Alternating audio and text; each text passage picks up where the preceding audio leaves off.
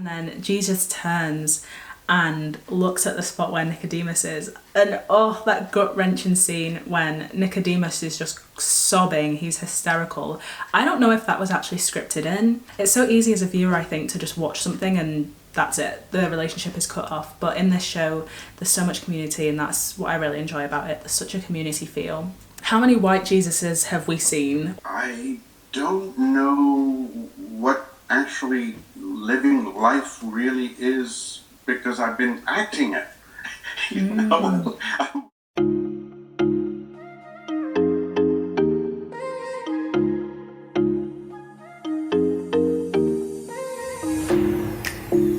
Hi guys, welcome back to my channel, and also welcome if you are new.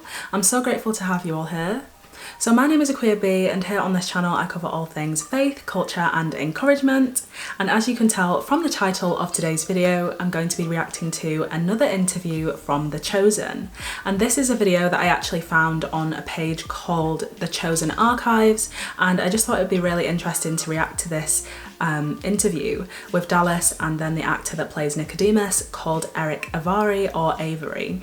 So as per usual, before we get straight into it, I just want to quickly encourage you to leave a like down below on today's video, and also comment something that you're enjoying from my reaction, or just something that you enjoyed from the interview in general. And if you haven't already, then please make sure that you have subscribed to this channel, and also turn on that notification bell so you never miss a new upload. Also, quick shout out to my community tab here on YouTube. Make sure to check out my most recent post, and there's definitely some exciting news to be seen over there, so make sure you check that out before you get into this video as well. Also, quick plug to my Instagram at AkuaB or ABF, and that is just an extension of what I do here with more daily and consistent faith, culture and encouragement. So make sure to follow me over there, and let's get into the verse for the video.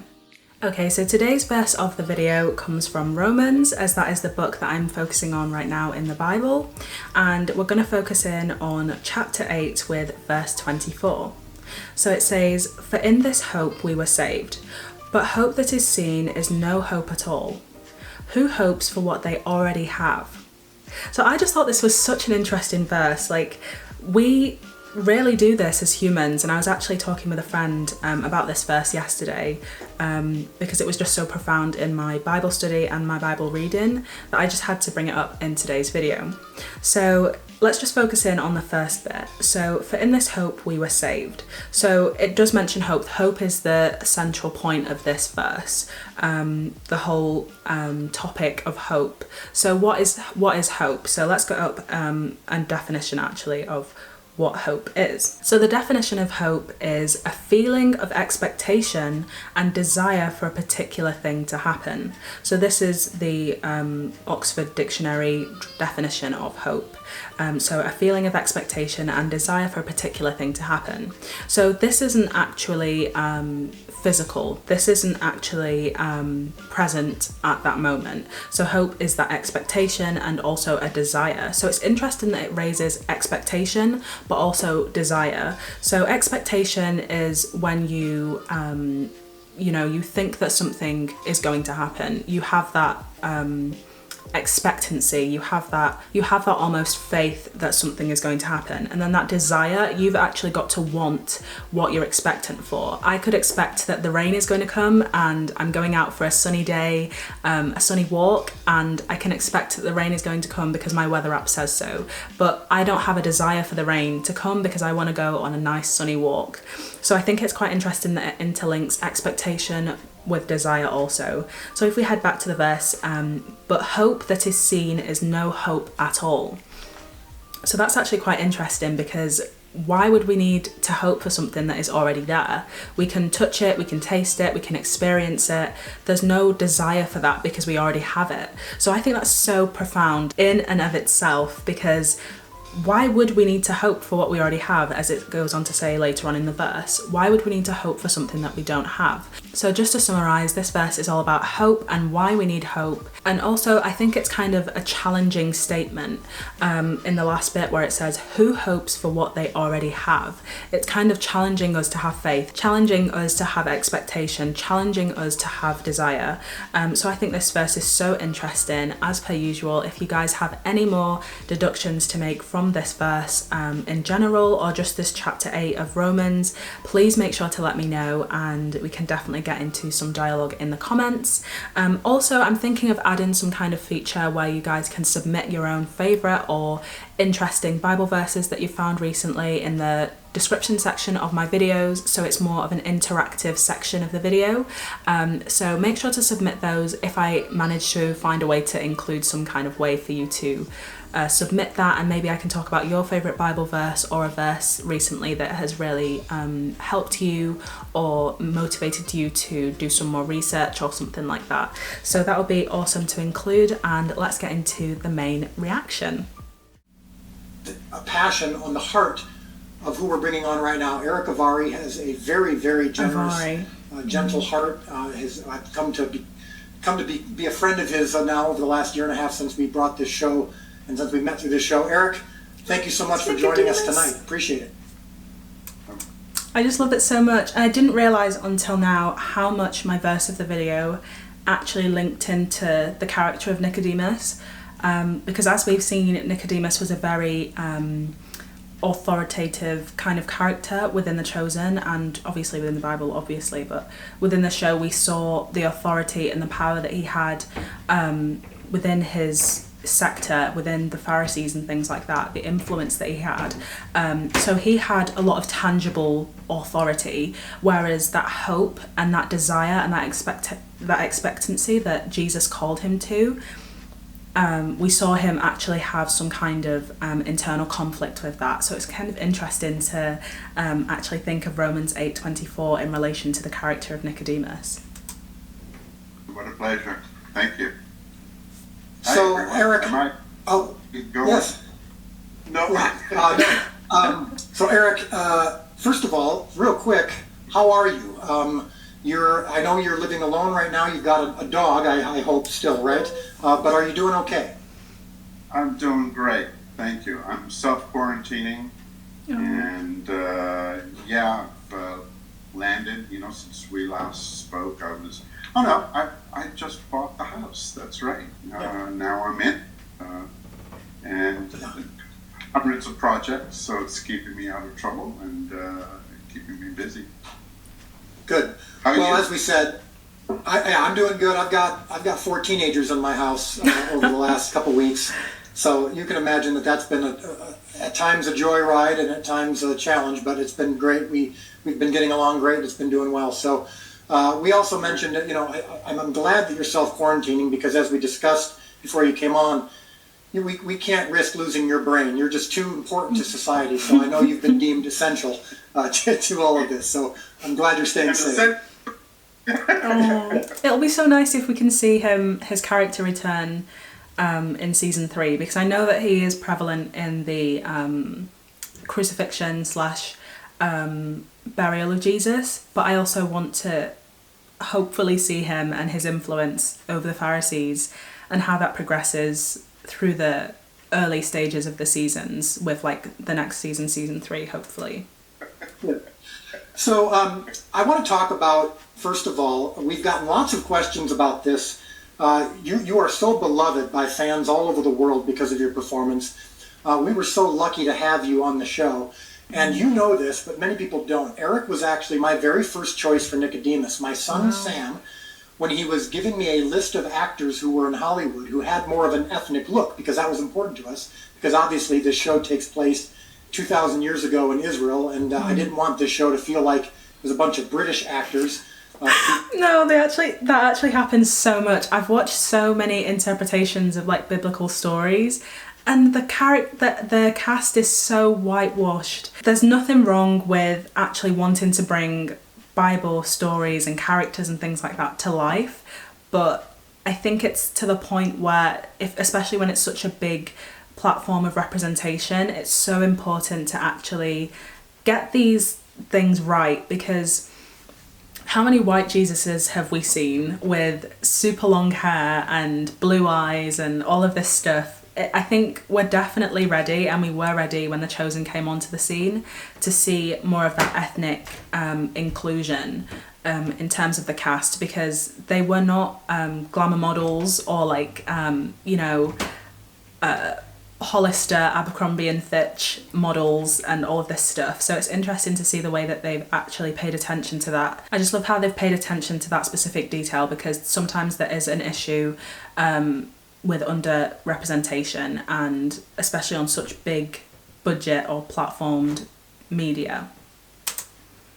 Speaking in King James dialect, and so as soon as I was reminded of Erick, I immediately said, I can't think of a better Nicodemus than Erick Avari, and so sent you the script. And I didn't know at the time, but you had actually, in some ways, had a bit of a semi-retirement from Hollywood, and some people know that. Could you share a little bit of why you had left the business for all intents and purposes, and then what, and we'll get into maybe a little bit after that, what compelled you to do this script? Well, yes, you're right, and it actually, I have to go back to 2013 to start this explanation. But yeah, I suffered an injury while I was on stage. We were like, 3-4 days into previews, and anyway, I hurt myself.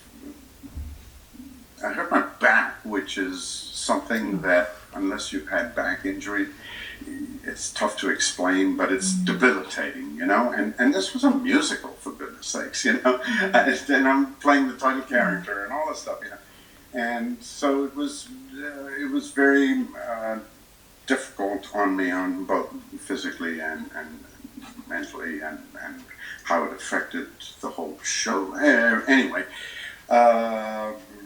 and it gave me a chance to have to step back from the business, because I couldn't work, and start to, appreciate, as they say, well, at least I have my health, that oh my goodness, I really got it, and long story short, I'm people really sometimes, especially when you're a healthy, fighting fit human being, you can take your health for granted. So I'm really glad that not that he went through this, but that he really just got to that place where he was like, wow, at least, when the saying, at least I have my health, is so important, because it's something that people can take for granted. And having seen illness and all of that around me my whole life, it is not a fun situation, and I will never take my health for granted. So I've been working at this business since I was 8, and I loved it. I'd never even considered retiring ever. I thought, well, retirement's for everyone else, not for me. I'm going to die on stage. That was my thing, And all of a sudden, you get an opportunity, much like what we're having right now, I think, with a lot of people, of forced sort of stepping back and assessing what is important to you in your life.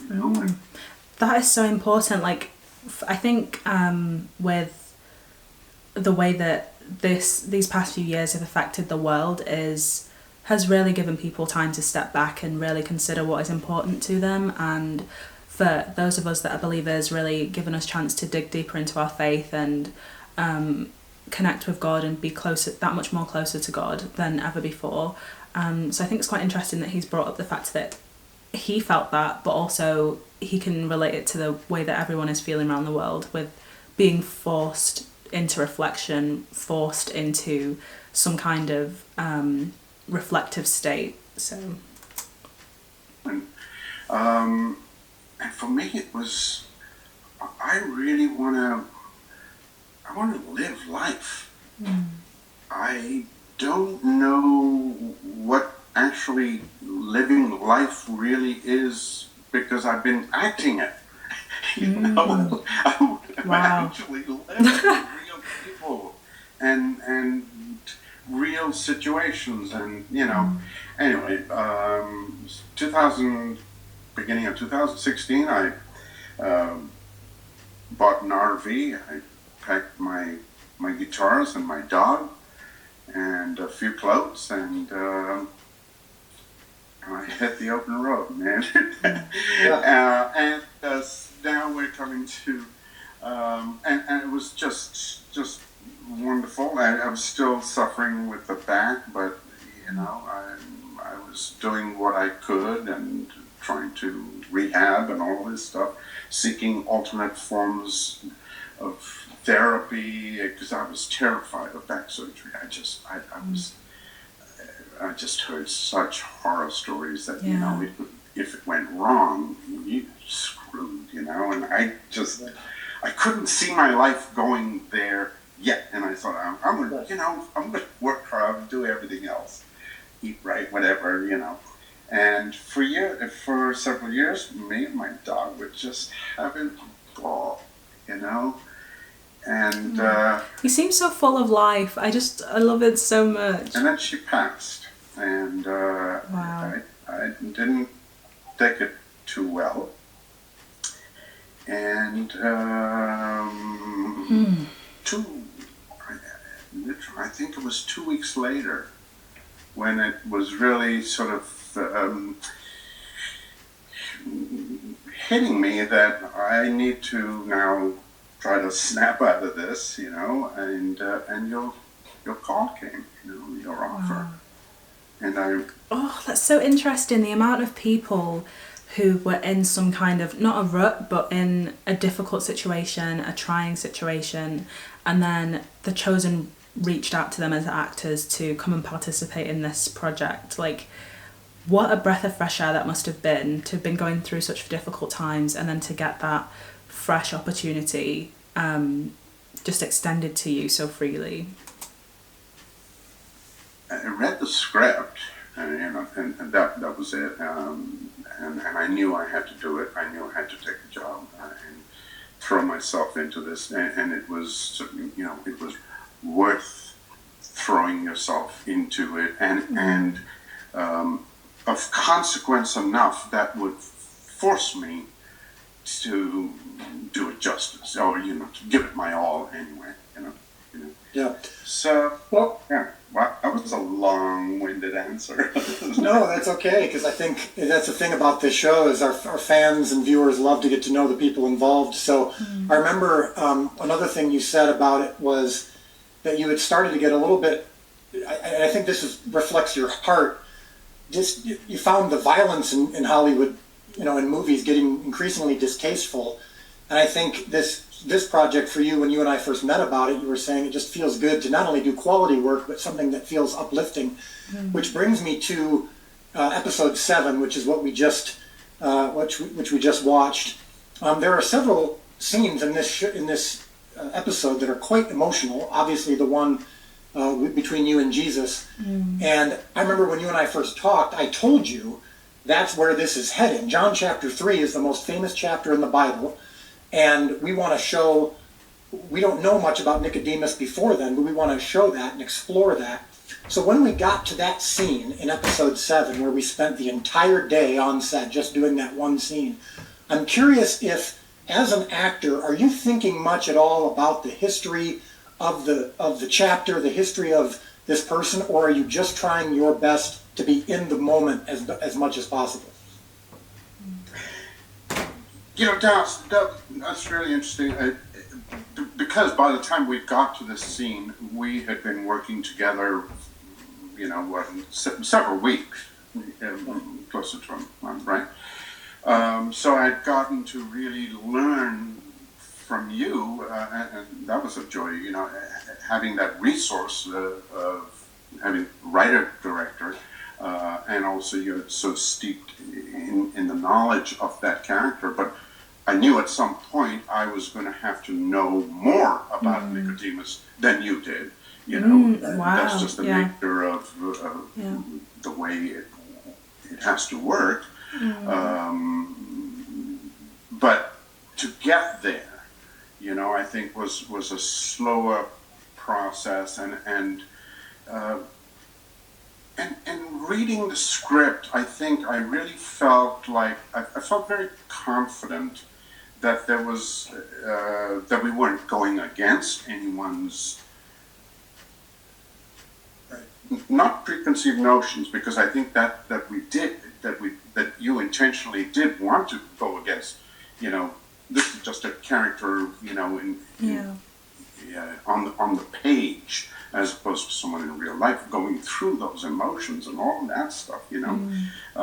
Which, little sidetrack, I never noticed watching the Nicodemus scene and the Matthew scene in juxtaposition like that together was really remarkable.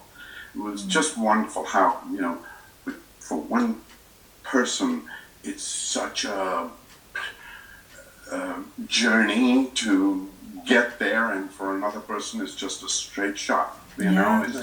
That is so crazy, because I've heard so many testimonies about people, even just the past year alone, with people saying, I was saved since the age of 5. I've always been a Christian, never doubted it. And then some people where it's like, I knew God as a child, and then I fell away as a teenager, and then I've come back to him at uni, or just different variations of stories with their relationship with Christ. And it's a whole lifetime of faith, it's a whole lifetime of belief and relationship, and ups and downs within that. So I think it's just so interesting to see the way that they juxtapose those two scenes, especially the one he's talking about with Matthew having revelation about who Jesus is and wanting to follow him, with Nicodemus still being a bit iffy and not really 100% certain on his relationship with Jesus and what this means for him now.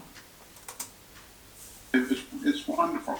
Anyway, I get sidetracked. But what was your question again? No, just in the moment, how much of it, the like using that scene as an example, you do such a beautiful job with emotions, and it seems like they're right at the surface for you when you're in that moment, in that scene. And that's not easy for a lot of actors. And so I guess my question is tied to this as well, which is it a result of you having done this for so long, or is it a result of, in that moment, you're not thinking about the history of Nicodemus in the Bible, you're not thinking about anything other than being in that moment with Jesus, and the emotions then come naturally to you? Yeah, absolutely. Yeah, the time to think about Nicodemus and who he was historically and how he fits in was in our discussions in my trailer. And you really, one maps it out and makes sure that you've got your trajectory and the character's arc. But after that, then you throw all of that stuff out when you're actually eyeball to eyeball, an example actually. I remember just before we shut. Oh, I'm jumping ahead now to episode 8. It's okay. Okay. Okay, we'll do the spoiler alert.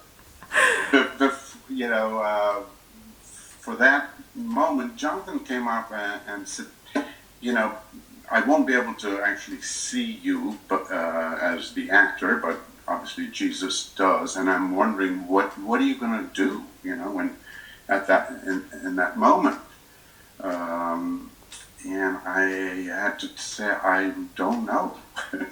I don't know what I'm going to do at that moment. I think it's interesting because I think he's talking about the scene where all the disciples are basically gathered, well, the majority for the season 1 amount of disciples they left it at.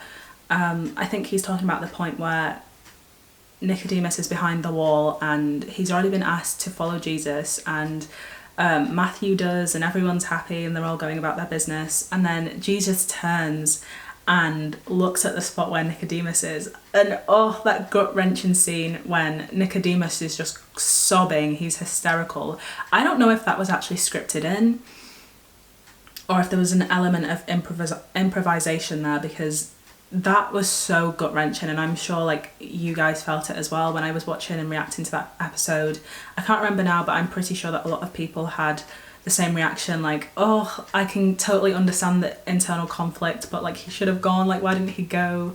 It was such a bittersweet moment because so many believers do come to that point and stop there. Obviously Nicodemus doesn't, but there's so many people that come to that point and they go against that inclination to follow Jesus and to follow Christ and die to themselves. And so yeah, it's such a interesting way that they've hinted at improvisation there. I'm not sure if it was improvised. I will have to see what you do, what the situation is, how just at that moment and react. And I think to make a prediction or to set an appointment, as a director, mentor of mine would say, that's death. That's just fatal. You just leave yourself open. Leave it open and react. That's what acting is, right? You just lock into the other person and react. And that's what's wonderful about working with a good actor. They make you better. You just trust that, and So yeah. Tomorrow night is episode 8, and the scene that you're referring to is when we see kind of what choice Nicodemus makes about whether or not he's going to actually leave what his current tasks are and actually follow Jesus physically beyond just his heart. And the scene where he makes that decision has, we have heard from... What Dallas just said, follow Jesus physically, not just in his heart. I think that's so interesting because so many people will and desire to follow Jesus in their heart, but that physical step of doing that is another thing. It reminds me of the verse where it says, if you deny me before man, I will deny you before my Father who is in heaven. And that outward proclamation of Jesus and Jesus as your Lord and Saviour is so important, just as important as it is that heart change as well, because there's no good because that in my eyes is being lukewarm, being two-faced in a way, being double-minded, which God doesn't like. And actually it shows us that it does matter, that proclamation and acceptance of Jesus privately in our hearts just as much as it is publicly, because when I think it's Peter with the crow that caws like 3 times and he denies Jesus 3 times over, that is such an important part of scripture, because even before that he was saying, do you love me, and he was like, yeah, of course I do, and he was like, tend to my sheep and stuff like that. So it's so important to have that outward proclamation just as it is to have that inward proclamation and acceptance of Jesus in our hearts. Okay. The scene where he makes that decision has, we have heard from thousands and thousands of people all over the world, Eric, who for that scene, it was a gut-wrenching, truly emotional scene, and they've really appreciated that. And with that, my final question of you is just if you've got anything you'd like to say to the viewers and the fans. Over the last year, tens of thousands of people have not only given their support about you specifically in your performance and how much it's meant to their lives, but literally financially, as you know, our show exists because of the viewers and the fans. It's crowdfunded. We don't have a big studio writing a check so that we all can just show up on day one and be taken care of. It's literally we're sustained by the fans. So before you go, I'd love to give you that chance to just say if you've got anything to say, especially during this time in quarantine, just to our viewers and fans. Well, obviously, thank you, because for starters, this is a performance. This is without you. This doesn't actually happen. If the tree falls in the forest and no one's there to hear it, the tree doesn't fall. Obviously, thank you. Thank you for supporting and so fervently and so religiously, but so deeply. It's really uplifting, to see that there are so many people who have a connection to or respond to goodness, to kindness. I think that's so nice as well, because The Chosen is such a community feel show. There's so much community in it. There's so much representation with the fans and all of this stuff. Like, people are really included in this, and if you would like to see a bonus video, if you would like to see a bonus video, then please make sure to give this video a like and also comment that you want to see it. There is some extra stuff on the Sermon on the Mount and the extras that they had. I think there was thousands of extras. So if you would like to see my reaction to their setup and that little video, then please make sure to let me know. But yeah, it's so interesting and lovely to see the way they've included fans and really just encouraged us as fans and really fed it into us, not just through the show but through other means, and the way that we can do that back through not only our donations but also, you know, the merchandise and supporting the actors and the characters, and, you know, just having that reciprocal relationship means so much, because it's so easy as a viewer, I think, to just watch something and that's it, the relationship is cut off. But in this show there's so much community, and that's what I really enjoy about it. There's such a community feel to the basic things that we need so desperately right now. And I think, you know, I think this is someone is trying to tell us that we are at a breaking point unless we sit back, take a step back to where we think we're headed, and ask ourselves, is this really where we were destined to go? You know, chasing after what? Yeah. Figure that out, and I think we'll all be happier, we'll live happier lives. So maybe that is something that can come out of this, and I think if there's anyone that can do that, it's you, the fans of The Chosen, and people like-minded, you know, can come and really come to a moment of peace and happiness, you know. You know, thank you, and I look forward to your, you know, taking this on, and because now this is a moment for all of us, not just in America. This is a global thing where we've got to reevaluate. Do we, you know, and I would like to advocate for one. No more shaking hands, but I love the namaste. So if we can do namaste, or as you know, Facebook has it, hands in prayer. I'm good with either one. Let's adopt that one. So. Yeah, I think that'll become more popular. Just the bow, as in Asian cultures, just the bow of respect will start to take over. So, well, thank you so much, Erick, for joining us tonight. I know the fans love you so much. I love you. We'll see if NICODEMUS can make some more appearances in future seasons. But in the meantime, stay safe and healthy. God bless you, and we will talk to you soon. Thank you. Stay safe, everyone. Thank you. Okay, so that is the end of today's reaction. I really hope you guys enjoyed it. Please make sure to leave a like down below on today's video, and also comment something down below, anything that you enjoyed from the interview or just my reaction in general. And if you haven't already, then please make sure that you subscribe to this channel and turn on that notification bell before you exit the video, and I will catch you in my next one. Make sure to leave down below any recommendations for what I should react to next, or any videos that you would like me to make in the future, and I'll catch you in my next one. Stay blessed and bye!